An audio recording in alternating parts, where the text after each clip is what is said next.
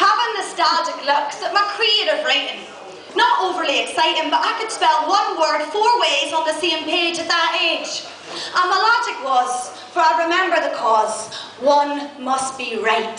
But forever in sight, the red pen mark, always stark, and the white of the page, provoking my rage. My parents noticed I wasn't very focused, clever and bright, but my writing not right.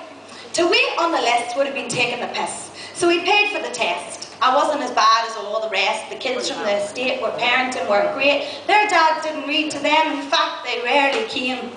So the test said, not bad in the head. Chat, brilliant. Writing, hesitant.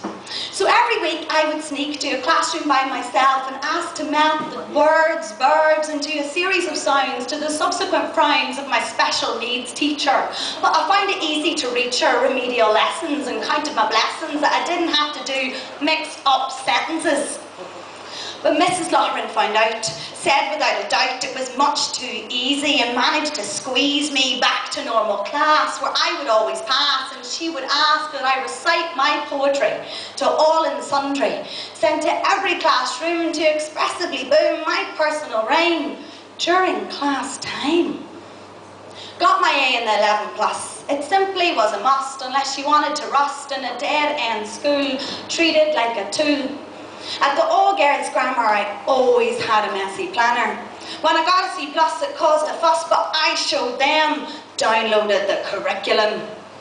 By GCSEs, I was fine. A-levels were mine. Managed to surpass the expectations of educators that laughed at my letters and my inability to spell, encouraged by those who could tell my expression was unique, despite my handwriting being oblique, and they would decrypt my chaotic script.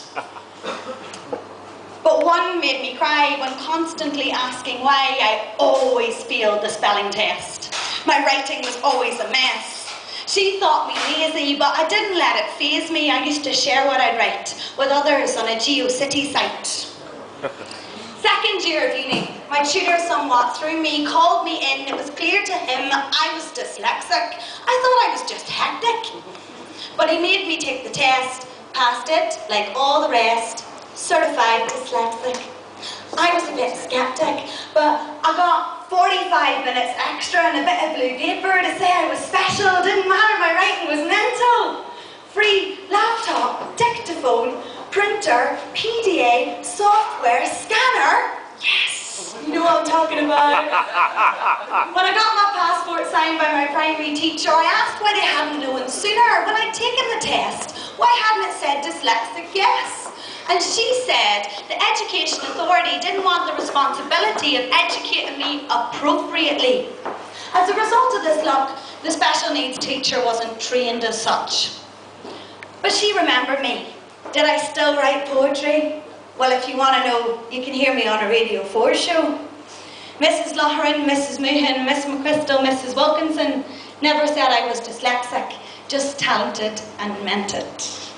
Yeah.